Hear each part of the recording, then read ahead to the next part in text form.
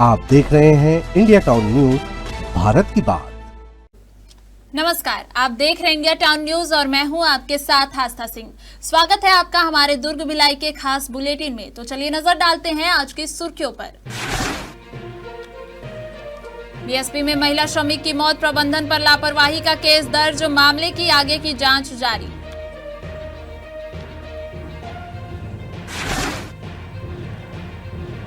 जल संसाधन विभाग को मिला नया भवन, मंत्री गजेंद्र यादव ने किया लोकार्पण। कार्यक्रम में विधायक ललित चंद्राकर रहे मौजूद।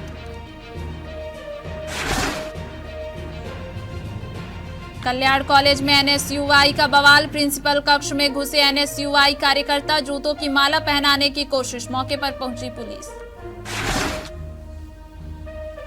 भिलाई में डामरीकरण कार्य का निरीक्षण, आयुक्त ने दिए गुणवत्ता निर्देश, नागरिकों के लिए बेहतर आवागमन के प्रयास।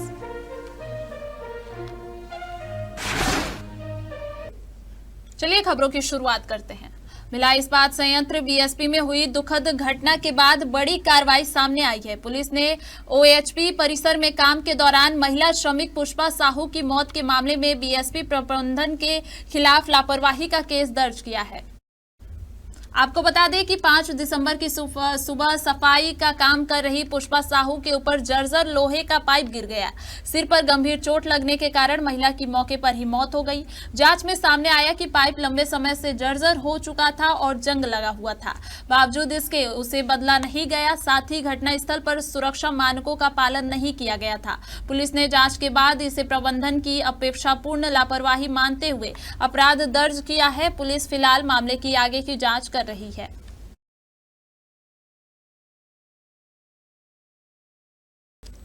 भिलाई के कल्याण कॉलेज में उस वक्त अफरा तफरी मच गई जब एनएसयूआई कार्यकर्ता कॉलेज प्रबंधन के खिलाफ आक्रोश जताते हुए अचानक प्रिंसिपल के चैम्बर में जा पहुंचे।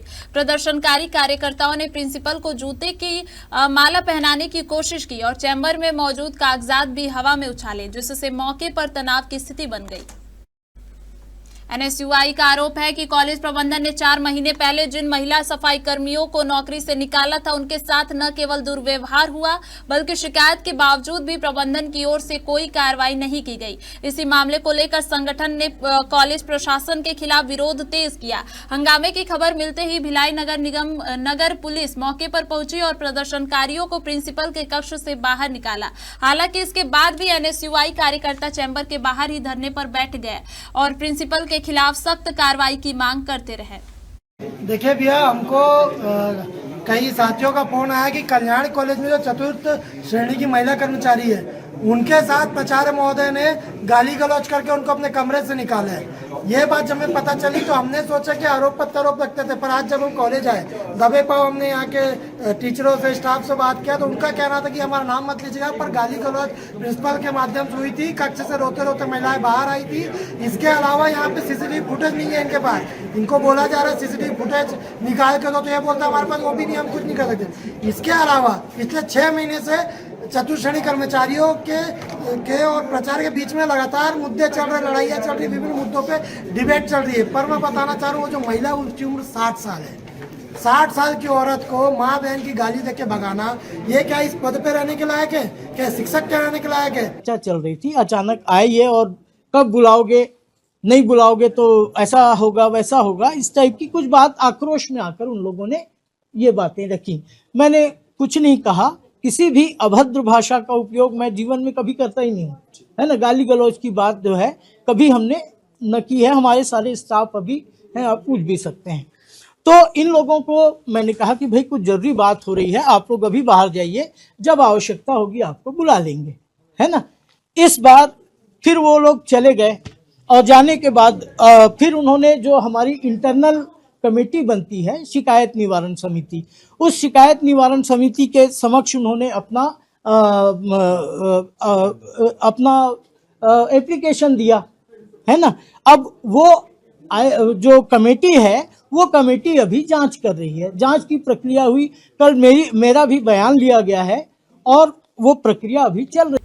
भिलाई नगर निगम आयुक्त राजीव कुमार पांडे ने जोन 1 नेहरू नगर क्षेत्र में चल रहे डामरीकरण और स्वीकृत सड़क कार्यों का निरीक्षण किया।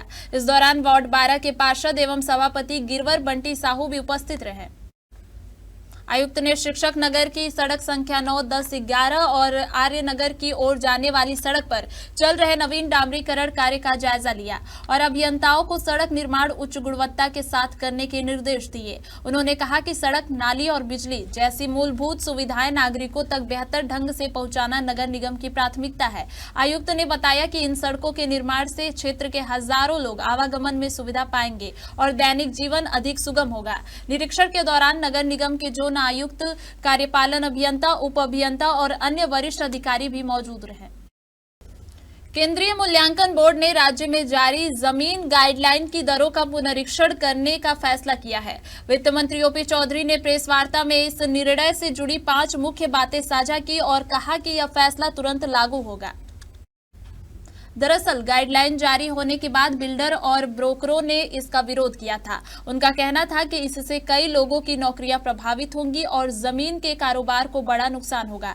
इसके अलावा इसका असर राजस्व पर भी पड़ेगा। दुर्ग जिले में इस विरोध के चलते सबसे बड़ा प्रदर्शन हुआ, जहां पुलिस को लाठीचार्ज तक करना पड़ा। इस मामले में मंत्री गजेंद्र यादव ने बताया कि अब हर जिले में एक कमेटी बनाई जाएगी। जो भी लोग आपत्ति दर्ज करना चाहते हैं वे 31 दिसंबर तक जिला मूल्यांकन समिति के पास अपने सुझाव भेज सकते हैं। इसके बाद गाइडलाइन में आवश्यक बदलाव किया जा सकता है। हमारा सौभाग्य है। भूमि और स्टैंप ड्यूटी पर संशोधन हुआ है और लोगों की राय भी मांगी गई है, क्या कुछ कहना है? 31 तारीख तक माननीय वित्त मंत्री जी ने सारे स्थानों के सब जिलों में एक कमेटी भेजा है और कमेटी जाएगी। वहाँ के स्थानीय जो जमीन कारोबारी हैं, स्थानीय व्यक्ति हैं, वहाँ के रहने वालों से एक उनसे भी अनुशंसा और आग्रह मांगा गया है और उनके अनुशंसा के आधार पे जो शीतलीकरण करते बनेगा सब करेंगे। दुर्ग जिले में जल संसाधन विभाग को 100 साल बाद अपना नया कार्यालय भवन मिल गया है। कैबिनेट मंत्री गजेंद्र यादव ने जल संसाधन विभाग के नए अनुविभागीय कार्यालय का विधिवत लोकार्पण किया। लोकार्पण कार्यक्रम में विधायक ललित चंद्राकर और कोरसेवाड़ा भी उपस्थित रहे। जानकारी के अनुसार नए कार्यालय भवन का निर्माण करीब 3 करोड़ 36 लाख रुपए की लागत से किया गया है। यह भवन विभागीय कार्यों के संचालन के लिए आधुनिक और सुविधाजनक वातावरण प्रदान करेगा। दरअसल पुराने भवन की स्थिति बेहद जर्जर थी।